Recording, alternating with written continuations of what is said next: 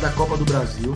Hoje a gente teve o sorteio, a gente tem já os confrontos aí definidos: Corinthians e Santos, São Paulo e Palmeiras, Bahia e Atlético Paranaense, Atlético Goianiense e Goiás, Fluminense e Cruzeiro, América Mineiro e Botafogo, Atlético Mineiro e Flamengo, e ele, Fortaleza e Ceará, Minhoca. O Clássico Rei, mais uma vez aí os times se enfrentando aí numa partida bem decisiva, né, Minhoca? É isso. Primeiramente, eu quero pedir aqui a Clisma Gama para trazer a minha tweetada de 1º de junho, mais conhecido como quarta-feira passada. Achei que tu já ia pedir o like, velho, pra turma. Daqui a Daqui a pouco, né? pouco, daqui a pouco, né? A galera vai chegando.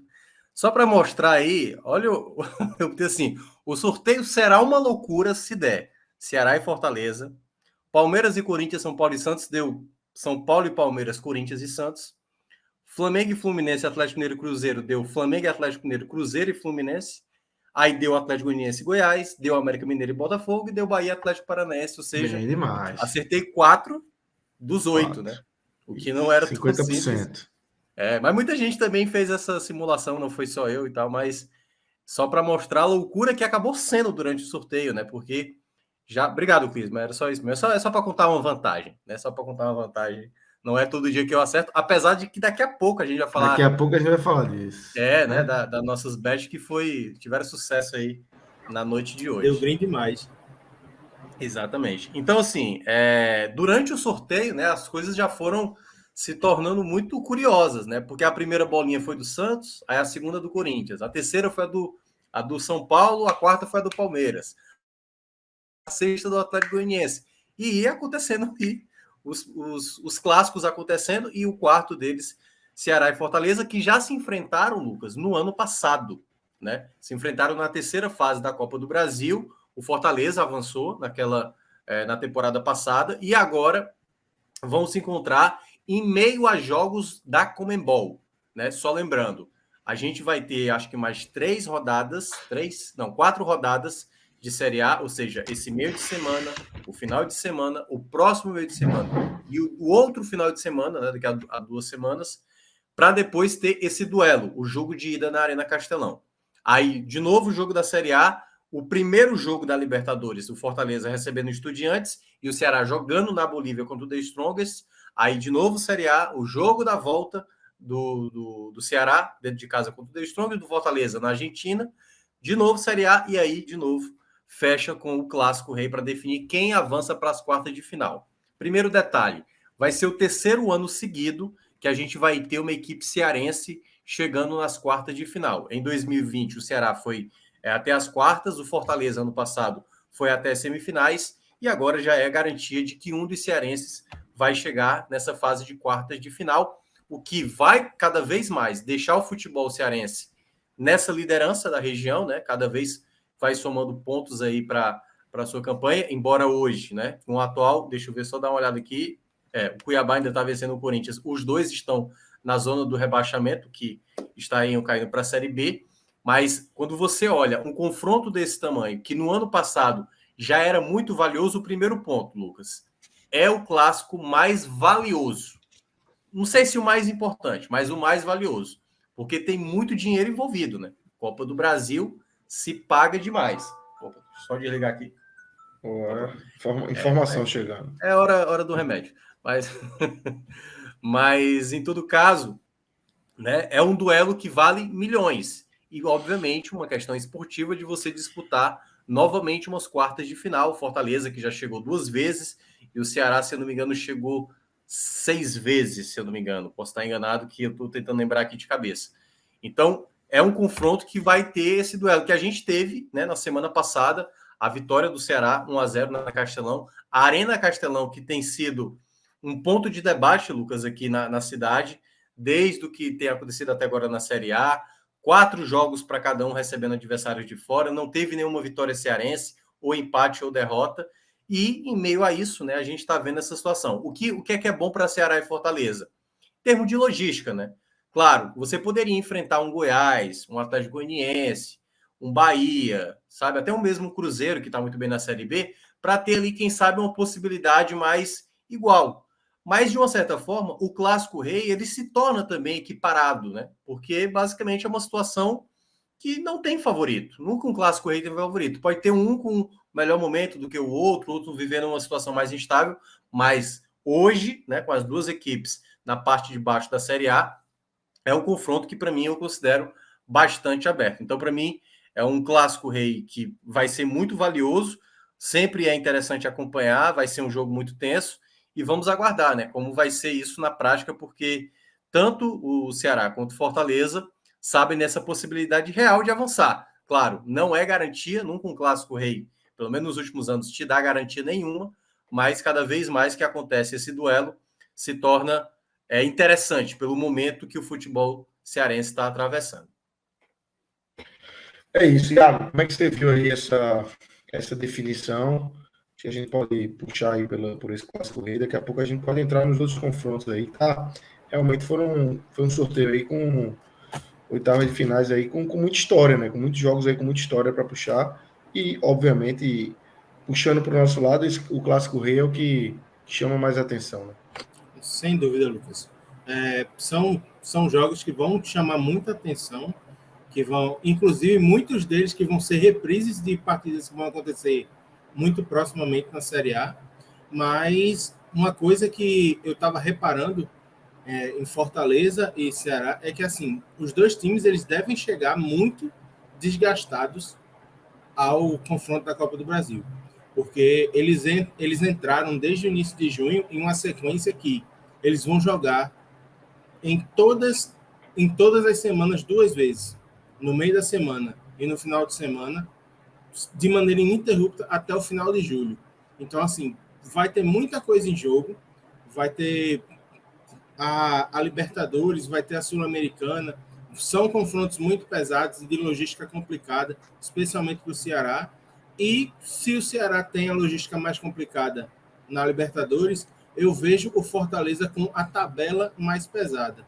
Porque eu estava, inclusive, verificando aqui, nesse período em que vai jogar oitavas de final da Libertadores e vai jogar as oitavas de final da Copa do Brasil, o Fortaleza, que é o lanterna do Brasileirão, ainda pega o Atlético Mineiro, candidato a título, e pega também o Palmeiras, que também é candidato a título.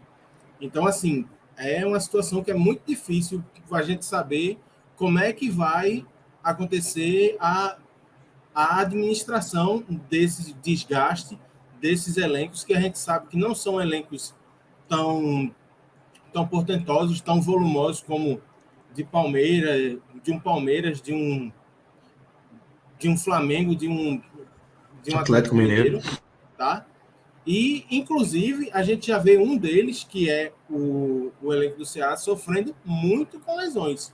O Ceará, inclusive, o Dorival falou durante essa semana que o Ceará ele tem sofrido muito para conseguir colocar o que tem de melhor em campo, porque os jogadores, por vezes, se machucam recorrentemente. Sempre tem alguém do time considerado ideal no DM. E a gente tem que pensar que, se agora que tecnicamente o Campeonato Brasileiro seria a competição de menor impacto, porque a Libertadores e a Sul-Americana, falando especificamente do Ceará, são dois jogos que, assim, é mata-mata. Tem que ir lá na Bolívia, tem que fazer o papel e tem que garantir a classificação em casa.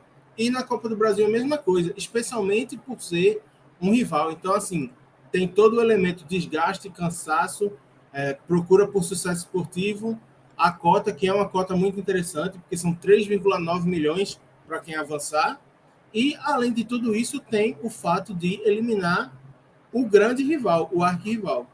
Então, assim, o Ceará ele vai vir mordido porque ele viu o Fortaleza conquistar o estadual, viu o Fortaleza conquistar a Copa do Nordeste, mas o Fortaleza ele vai mordido também porque ele não venceu o Ceará ainda na temporada. Empataram na Copa do Nordeste e no segundo confronto pela Série A, o Ceará foi quem prevaleceu, mesmo jogando como visitante. Então, assim, e além de tudo isso, falando de toda essa questão decisiva, a gente ainda tem um Fortaleza que luta para sair, não só sair da lanterna, mas tentar sair da zona de rebaixamento, e um Ceará que luta para se afastar o máximo possível do Z4. Então, é um confronto que vale muito e que a gente precisa, além de analisar o jogo e tudo o que o cerca, a gente vai precisar também ter muita atenção nos confrontos e como vai chegar a questão anímica dos dois times, porque assim, a gente sabe que eliminações em competições sul-americanas podem impactar muito e o desempenho ruim ou bom também pode afetar muito se uma das equipes conseguir se destacar no brasileiro nesse meio de junho. E esses jogos podem ser com uma virada de chave, né? Assim, se conseguir uma classificação, é óbvio que existem outros gatilhos aí para virada de chave para ambos. Os próprios jogos da Série A, o Fortaleza venceu o Flamengo agora, mas tem a Libertadores, né, Minhoca? E o Ceará tem também as partidas da Série A e tem a Sul-Americana, classificação com certeza é um gatilho para você conseguir essa virada de chave, mas esse é um gatilho importante aí, porque tem um componente de rivalidade, né? Então, assim, você eliminar o seu rival, seu principal rival, seu único rival, assim, direto, né? Aqui a gente costuma falar principal, porque são 3 times, mas aí não. É um e outro, acabou. Não existe uma rivalidade ferrenha contra o Ferroviário, por exemplo. É Fortaleza e Ceará. Então, você conseguir uma eliminação do seu rival, que já está numa situação ruim, isso com certeza é um impulso para você conseguir colocar o seu pescoço para fora ali da zona de abaixamento.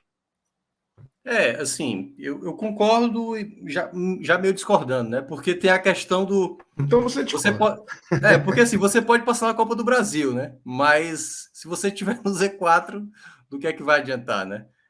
Claro, é muito dinheiro, uma quantia significativa, e eu tenho falado desde o começo, e eu sei que eu sou uma voz bem pequena nessa questão toda, eu sempre acho que a Série A é mais importante, mais do que Copa do Brasil, mais do que Libertadores. E quando eu digo isso, é pelo que o que representa a sustentabilidade das equipes. Claro, e eu até cheguei a brincar. Se eu sei que eu vou ganhar o título, ou da Copa do Brasil, ou da Sul-Americana, ou da Libertadores, pode ser aí pior campanha até do que o América de Natal. A pior campanha da história dos pontos corridos. A questão é que nem Ceará nem Fortaleza são favoritos a títulos dessas Copas, nem da Copa do Brasil, Sul-Americana e nem Libertadores. Então, assim, para mim a Série A é mais importante, claro, dá um ânimo a mais, dá um estímulo a mais, mas para mim, principalmente, os jogos da Série A e o que eles vão ter aí nesse meio, para mim, são mais importantes.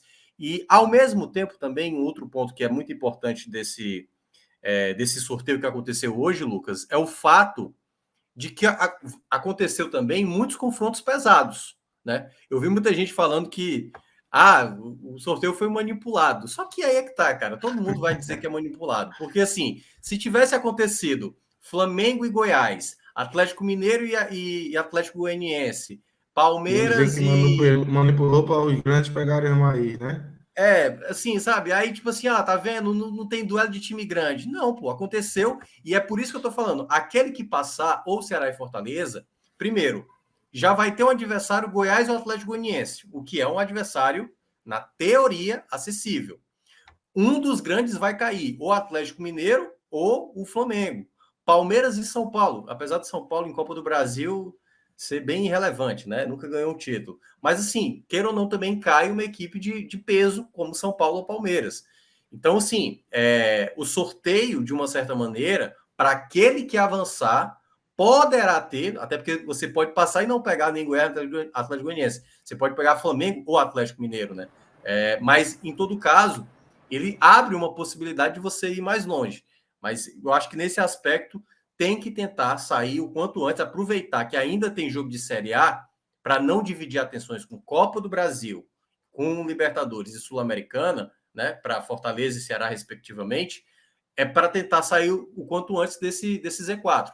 Principalmente, a gente falou aqui ontem no Raiz, um campeonato onde tudo é possível. Antes da gente entrar aqui, eu estava conversando com o Iago, né, e também com o Klinsmann, dizendo que, olha, o Corinthians é o líder do campeonato e o Corinthians joga horrorosamente. Joga muito mal.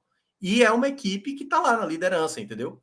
E é isso, o campeonato é esse. Nem Palmeiras prevalece, nem Atlético Mineiro. o Flamengo, né, que acabou de perder para o Fortaleza. Fortaleza foi e perdeu para o Juventude, quase perde para o Juventude, perde para o Cuiabá em casa. O Cuiabá vence o Corinthians. Então, é um campeonato que está muito aberto e que as equipes cearenses não estão conseguindo prevalecer. Mas é um duelo, realmente, que tem o seu peso. A questão toda, Lucas, e aí só para fechar essa minha parte, é que em meio a isso eles vão ter os duelos mais, e aí falando da competição, mais importantes de uma competição. É a primeira vez que o Ceará vai disputar uma oitavas de um campeonato internacional, que no caso é a Sul-Americana. E o Fortaleza também vai disputar uma oitavas de campeonato sul-americano, mas é de uma Libertadores da América. Então, em meio aos jogos da Copa do Brasil e da Série A, onde os dois necessitam vencer para sair da zona do rebaixamento, olha, é daquela coisa, como disse o Iago, que você vai ter que sempre tirar o melhor do seu elenco, porque não dá para colocar Corredor sempre aquele polonês. time que você considera o ideal, né? É um corredor polonês, assim, não tem espaço, assim, vem de todo lado e você tem que estar preparado. Não, claro, tem que administrar, porque assim, aí vai ter que se pôr na conta como é que se quer chegar nesses confrontos e ver o que é mais importante. A Série A, nesse período de exclusividade que se vai ter até a terceira semana de junho, é o mais importante? Vai todo? Ou então só que vai começar a poupar a partir de um determinado momento, vai tentar segurar um pouco mais o time, vai tentar recuperar jogador, como é que vai fazer? E fora isso, a gente tem que levar em consideração também que as equipes também devem estar se mexendo, porque durante a Copa do Brasil vai abrir a janela de negociação para que os times possam se reforçar. Né? A segunda e última janela para que os elencos possam se reforçar para as fases finais, tanto de Copa do Brasil quanto de Campeonato Brasileiro. Então, assim, vale muito, é um confronto que vale muito. Acho que é um dos confrontos mais valiosos, tanto desportivamente quanto financeiramente, da história do confronto do Clássico Rei, mas tudo isso depende muito de como as equipes vão chegar, tanto pensando a nível do brasileiro, quanto se acabar priorizando o brasileiro e indo para as Copas e acabar dando muito ruim, porque a gente sabe que questão anímica também é uma coisa bem importante para esse tipo de confronto eliminatório.